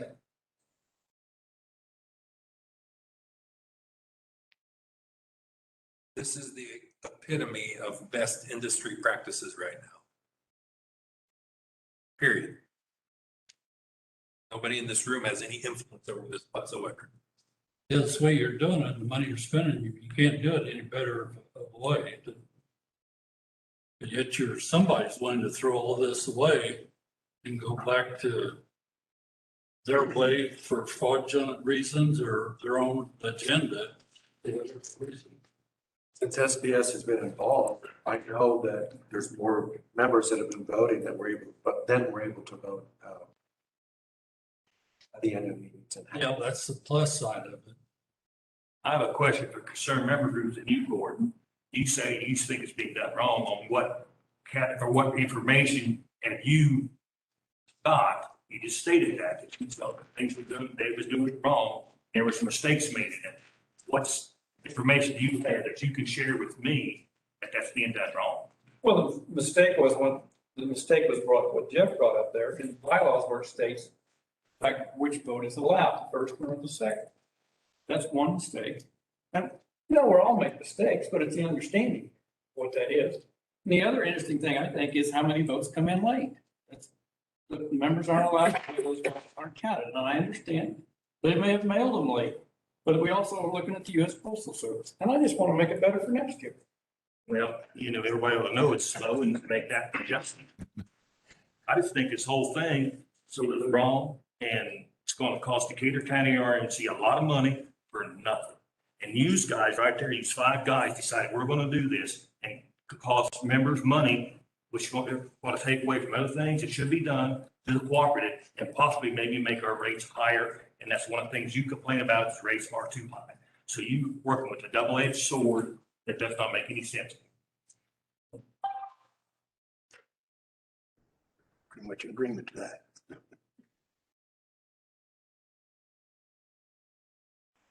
Do we have any additional questions, comments?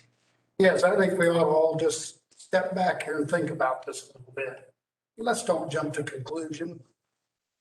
Let's just think about this a little bit. We can't make a decision right now. I don't think anybody can make a decision right now. I think we all need to just sit back, figure this out. I was on a board one time. We got along terrible at the board meeting. After the board meeting, we all went to Links and drank beer, all of us together. But we had our disagreements during the board meeting, argued, carried on, whatever. But got it over with. We were all together at the end. We went together somewhere. I just don't think you can make a decision this quick on something like without thinking of it over a little better. That's just a personal opinion. I don't normally ever say nothing, but I just feel like you're jumping into this too quick. We got to think about this a minute. Take a little better time. Everybody needs to sit back and think about it a little bit before we make a decision. I'm not sure what there is to think about. The election is over. This decision on whether to vote for this tonight or not. I said it's just a personal opinion. So what you suggest, we go to Wings, get drunk and then. You guys want to go, I'll buy the first round. I just feel like we need to, we're just too far apart here. I could, I don't get on it. I don't know if it makes any sense to you people, but I'm just throwing it out there. I like what you said, but I have a question for, I've sat through this as a member of the nominating committee. I sat through kind of a training session with SDF. No problem with that. I think the accuracy is fine. I'm not questioning that at all. But Larry made the comment that when he was on the board, they voted not to do that because of the cost. So you trusted your nominating committee to count the votes. Is that correct? Yeah, that's correct, under Wickens supervision. Okay. If anything was within 5 votes, they did an automatic recount that night. Okay. But if it was. Why would you not trust the current nominating committee to count the votes? We did trust them. No, the current nominating committee for this election, because you made that comment. Well, even with these guys, there's duplicate voting for whatever reason. And how you weren't two. They threw out 2 paper ballots and 7 web ballots were removed. Well, the chart they had up, they had, I don't know, 25 or 30 duplicate votes that I seen up there. I think, oh, I can speak on that. So she was correct. The duplicate votes are thrown out. The ones that I think he's alluding to, those weren't thrown, those are unexercised votes. Since you have a large voting process, just because I receive a ballot does not mean I have to vote in a district election.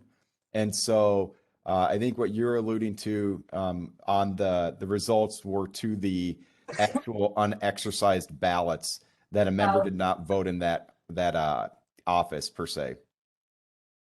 But I'm just asking you why you would not trust the current nominating committee to count the votes.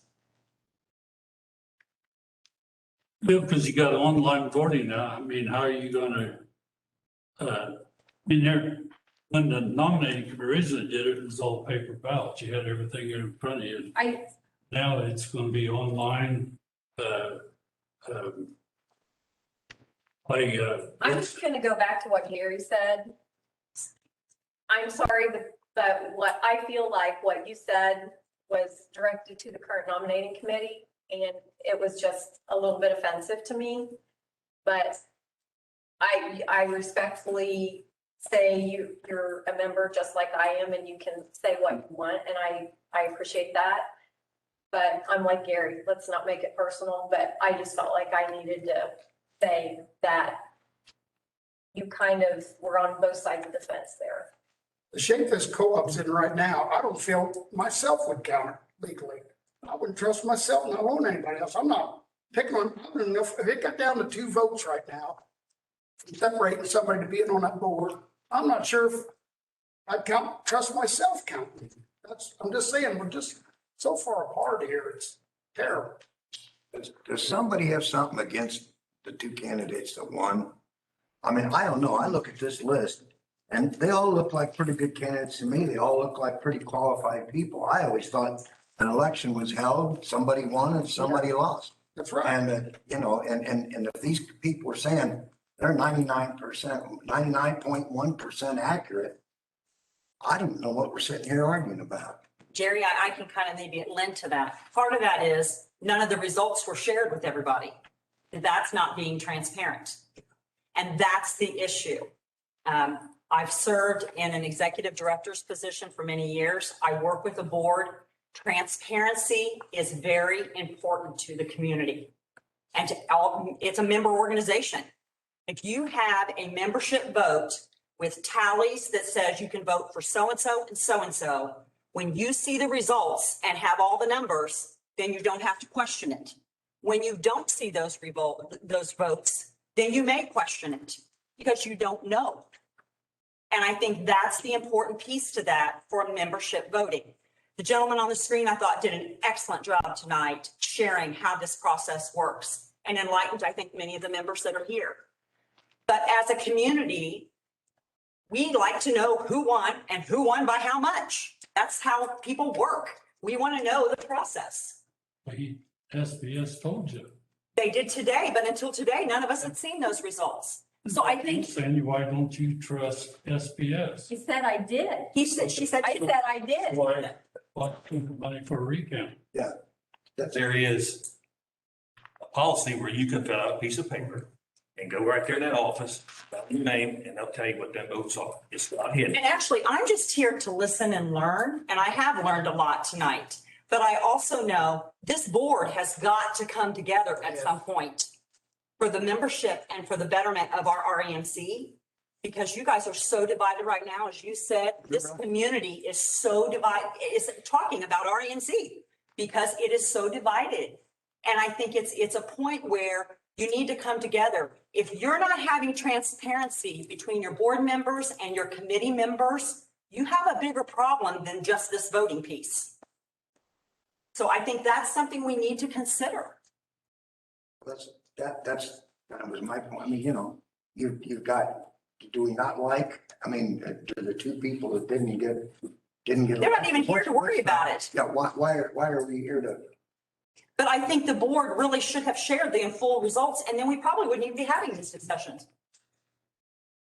That's my 2 cents, sorry. I think we're getting off kilter here. We need to be respectful to SBC. Are we done with them so they can get on with their evening as well? You all want to have a discussion, we can do that afterwards, I think.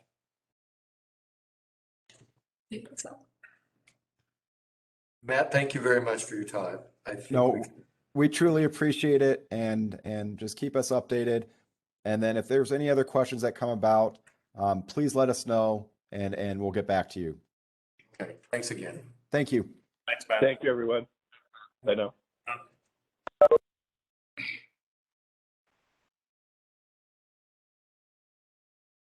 I've served on the nominating committee. We had one of the times, there was a 3-vote difference. We counted 3 times. Many of the employees, no matter here tonight, helped do that count. Sure. It wasn't just enough. Stated in the bylaws that they can. And I felt confident and trustworthy, but today we're in a different society and it's just so much bias. And I'm not blaming anybody what their purpose is. I would like to know what their purpose is. But we are at such a bias, you just cannot trust things right now.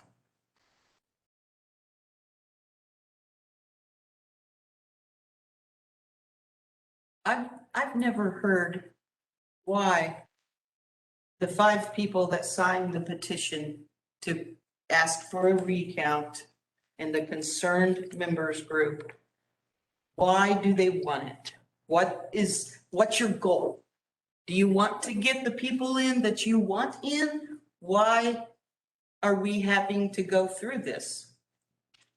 It's an RMC election, people. Years ago, you didn't even have to worry about it. And now, because of these concerned members that meet in people's shop buildings or whatever and don't tell anybody, we've got this environment. One of you is not here tonight. Did he not feel like showing up? Transparency. Besides, as far as I'm concerned, if they want to be that way about it, be transparent about everything you say, do, and the meeting should be open for the public. You want this meeting open for all the members, your meeting should be open for all our members too.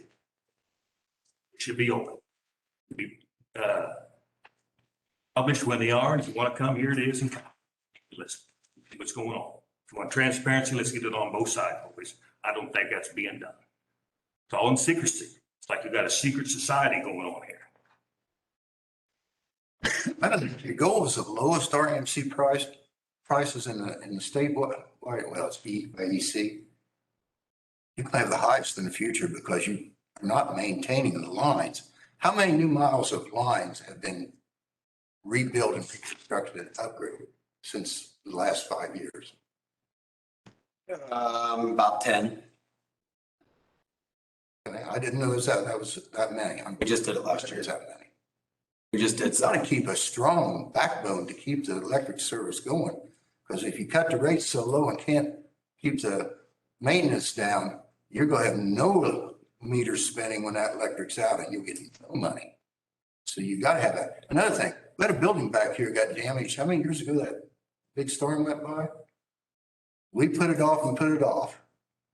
We were working at it when I was chairperson, but it was a point in time that Don thought new manager should have an input into it. And I agree.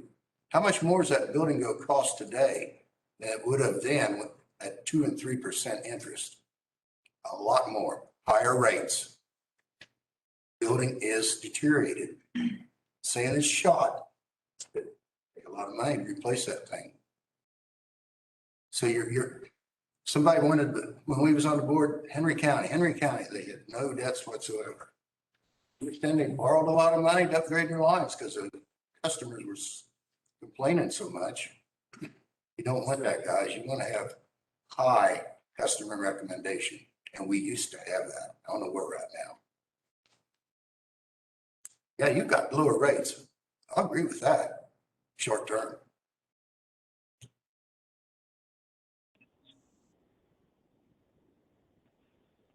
I think, question. I didn't read this one, so I am correct. Am I correct? We couldn't have electronic voting before when the committees counted the votes. Don't have people, it's basically hybrid option. That, you're correct on that, Mandy. That if we just did paper ballots, or back when they just did the committee paper ballots, they did not have an online option. They didn't have mail-in either, right? You had to vote at the meeting. Correct. So they still didn't know who you voted for. The nominating committee didn't have the name of the member when they voted. Now, the nominating committee, if they got the sequence, would know who the member voted. And I do not want to give up the secret ballots. I do not support that at all. Well, I'm just saying that's. Now, we did have though, 3 years ago, if I'm not mistaken, because last year was a virtual annual meeting and this year it was a drive-through. So everything was done through SBS. But 3 years ago, when we had it at the fairgrounds, there were about 200 people, if I'm not mistaken, that did vote on the premises in conjunction with SBS still doing their processes.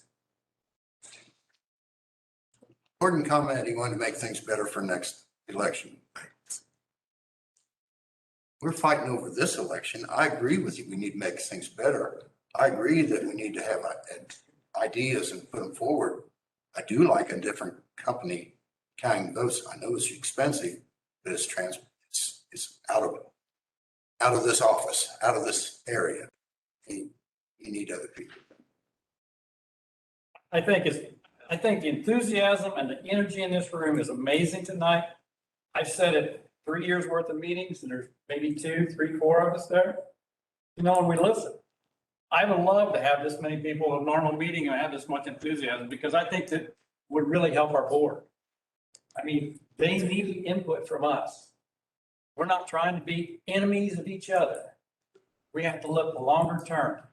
We have to build lines. We have to make sure that things are right. And I'm for everybody. I just think that this is one of those things we're learning from and we got to look forward and we learn from. There's lots of questions. And yes, as a group, we talk about them. And that's fine.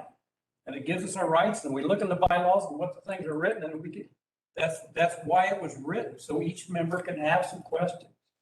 And I really support all of you coming to the next meetings and continue to learn. Because until I came, I didn't know much, but I've learned a lot in the last 2 years. And I just encourage you to either come physically or now since we got them on video to watch. What was that cost? I know we talked about it twice too. You looked at the meeting minutes, it's been talked about before. What was the cost to have them do this? $20-some thousand, wasn't it?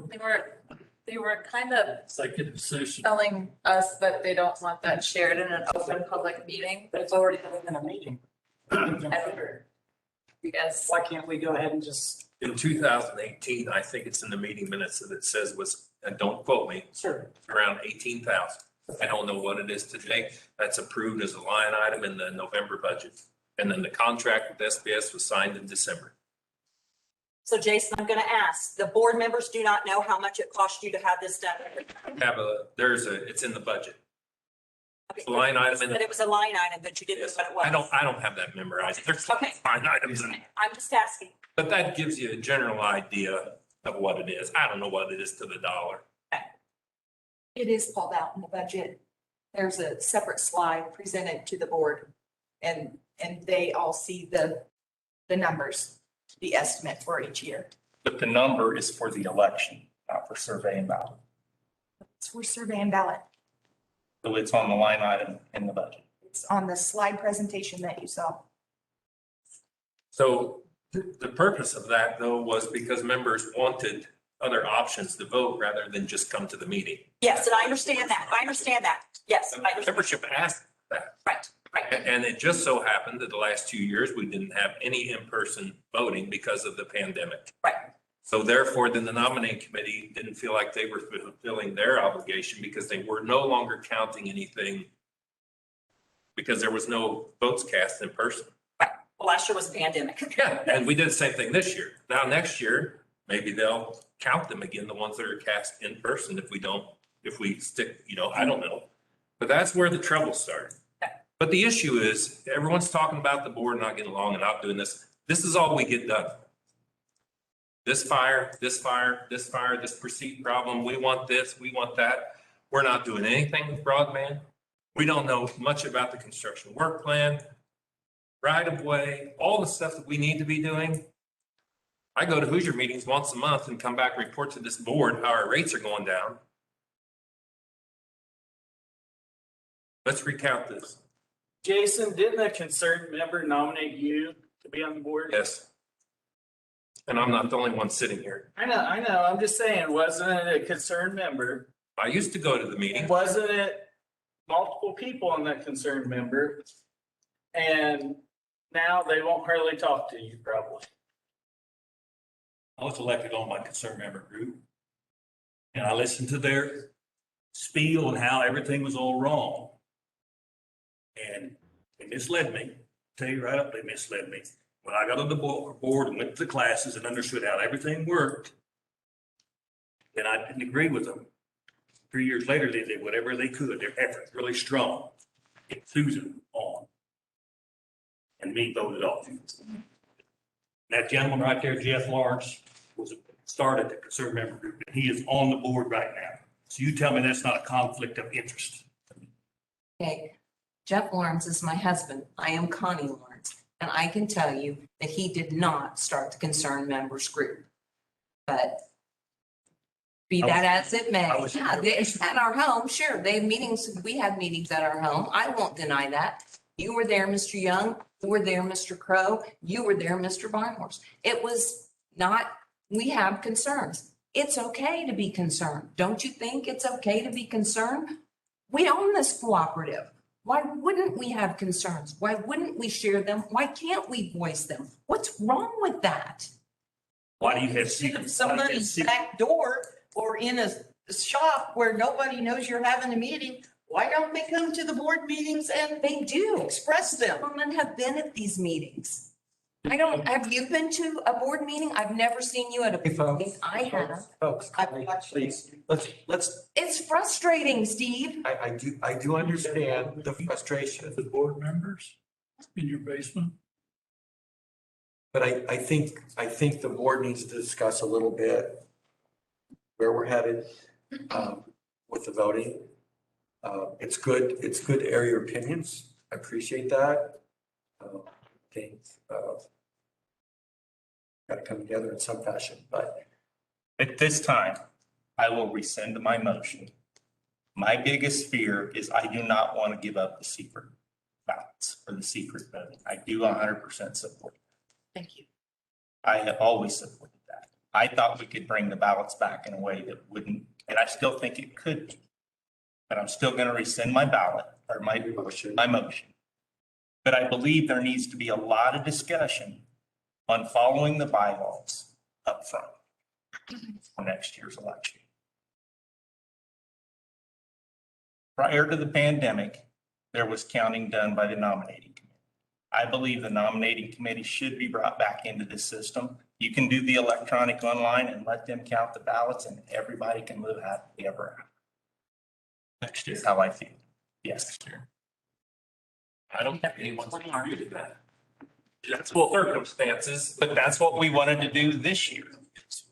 And we were told we couldn't as a credential election committee. That's what we wanted to do. we don't need to get involved. No, we don't. But I mean, that was based on what the nominating committee members discussed. Like I said, there were 7 of the 8 that came in on their time to discuss that. Okay, so can we pass a motion tonight to resolve this and move on? As I asked at the beginning of the meeting? Can we put in that motion? Was there a comment? How do you know if the person voted online and on paper? You don't unless you have one facility count that. No, what they did What they did, Steve, is they would send a list of who had already voted, whether it was online or paper ballot. So you can have the SBS send us a list of whoever voted online, and then they wouldn't have the option of voting with a paper ballot, is how you could handle that. Not their vote, just Not hard thing. the writing them. But it's a hard. No, it'd be the same thing too. No, Trust both sides. Maybe you should look at the bylaws and look at the duties of the nominating committee. There you go. Those change. You know, duties change as technology takes over our world. Maybe their duties should be to elect people to run for office. And that's that. I always thought that's what their duties was anyway, but maybe that's all they should do. And that's up to you guys. I agree with the lady back here. You guys need to get along and quit bickering at each other. And quit making it hard on the employees of REMC. That's all I'm gonna say. Leaving. There's a question up there. Have the bylaws been updated to show the new process? I'll give you the 2-second what happened. So in 2017, we did town halls. There was town halls done. The members wanted an online early option. We brought that to the board in 2018. We didn't want to reinvent the wheel. There's cost savings to do some of this stuff online with survey and ballots process. We brought that process to the board. The board said, go get the bylaws changed. We took all the bylaws, policies, sent them over to local legal counsel. They rewrote the bylaws to account for the SBS process, which the board approved in 2018. So yes, the bylaws have been updated to show the new process according to the SBS. And that was done per meeting minutes on the website, I think in January of 2018, or January, February. Jason, Question, who has the power to change the bylaws? The members or the board of directors, or you guys? Who is it? The board? So the members have in theory, the members have no power to adjust the bylaws. It is by the board, potentially, not saying it was, but potentially to suit the desires of the board. It does call for a super majority per our bylaws. But yes, the board can change. Super majority. You say it's scary, but do you go to Farm Bureau meetings? Nobody. I mean, they're the same thing. And everybody says, oh, we own this company. Do you have any say in your local Farm Bureau? Do you own that? Not really. And we may be owners, but we paid what? What's our membership fee right now?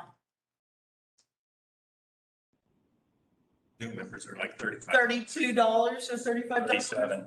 That doesn't buy much in this world.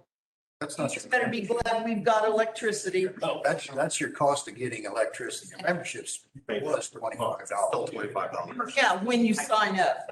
You sign up. It's $5. Right. Charge per resident. So I want to reiterate what this gentleman here just said. There is a process for that, and you can put it on paper or have a meeting with Brett. And if you have a concern or want to change something in those, in the rules or however that is, and you can bring, thank you, bylaws, then you can take it forward to the meeting and have that discussion. So you can impact the board on what your concerns are to make those changes. Sure, but any of us can talk to, I can go to Ed or Steve or anybody on the street and say, hey, this is a good idea. But when it comes right down to it, right, the board decides what the bylaws are. Sure. And the members decide who the board members are. Exactly. Right. And I agree. All right, folks, I'm gonna try it again. I think the directors need to have some discussion on where we're at, suggestions, we go forward. So. Carl? What's your thoughts? I have nothing to say to that. Lead me through the. So basically, doing here now, I thought we'd come here tonight to vote on whether the S&B ballots should be sent back to the nominating. Apparently this is not gonna happen. So again, I'm gonna ask. If I threw out a motion to resolve this issue, can we put it behind us and work on something? As long as they can vote the day of the election, like they always had, up to like 5 or 5:30 in the evening For next year. for next year, 2021. I think we all. And see, instead of getting into The nominating committee back into counting the votes. Agree, but that would be for next year that we need to That'd be discuss for next later. and we resolve the 21 election. Oh, yeah. That's what I'm asking. Let's close this, roll on. Throw a motion out there, Jason, and see what happens. I want to have some discussion and make sure that everyone's on. Discussion amongst the board. Yeah. Clay, you good with that? Okay, and I'm going to make a motion that the board affirm the 21 election, which is one of our 3 options tonight. Affirm the 21 election results. I need a second.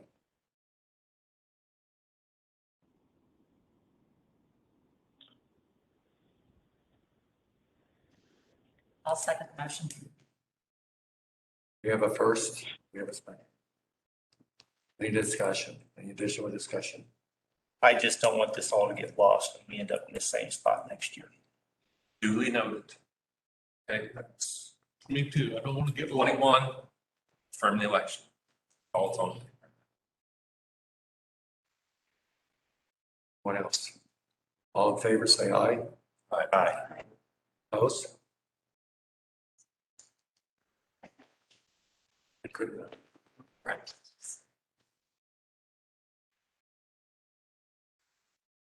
Right. Want to make sure we continue to review, Jeff. Here, anything else, the directors? I know that, right there was a document, I think it's a conflict of interest. Board meeting, is that available? Yeah, I can. Steve, what are you talking about conflict of interest for? We had a board meeting last Thursday, Oh, okay. and there were several board members not here. Oh, okay. The conflict of interest one that we had to fill out. He's asking. Oh, gotcha. It's what it's what the directors fill out every year. It's just the generic one that says they understand we have a conflict of interest policy. All right, anything else? Take a motion for adjournment. I'll make a motion to adjourn the meeting. I'll second it. We adjourned. Thank you, everyone. Thank you, members, for your input. We're done. I thought you had to pull me out. Have your